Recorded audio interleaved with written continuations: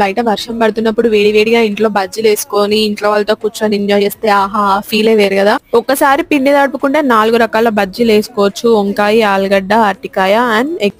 వంకాయ, అరటికాయ, ఆలుగడ్డ మీడియం సైజ్ లో కట్ చేసుకోవాలి. ఎక్కువ లావు ఉంటే లోపల ఉడకదు, పచ్చిగానే ఉంటది. తర్వాత ఉడకబెట్టుకున్న ఎగ్ ని నేను మధ్యలోకి కట్ చేసుకొని 2 స్లైసెస్ చేసుకున్నా. తర్వాత గిన్నెలో 2 కప్పుల శనగపిండి, కొంచెం ఉప్పు, కారం, పసుపు, వాము, తినే సోడా 3 వేసుకొని కొంచెం కొంచెం వాటర్ పోసుకుంటూ కన్సిస్టెన్సీ అడ్జస్ట్ చేసుకొని మిక్స్ చేసుకోవాలి. తర్వాత ఆయిల్ పోసుకొని ఆయిల్ కొంచెం గరం అయిన తర్వాత కట్ చేసుకున్న వంకాయ, ఆలుగడ్డలు పిండిలో ముంచి ఆయిల్ లో ఫ్రై చేసుకోవాలి. ఆయిల్ ఎక్కువ హీట్ అవ్వద్దు, ఎక్కువ హీట్ అయితే పైన మాడిపోతుంది, లోపల కాలదు.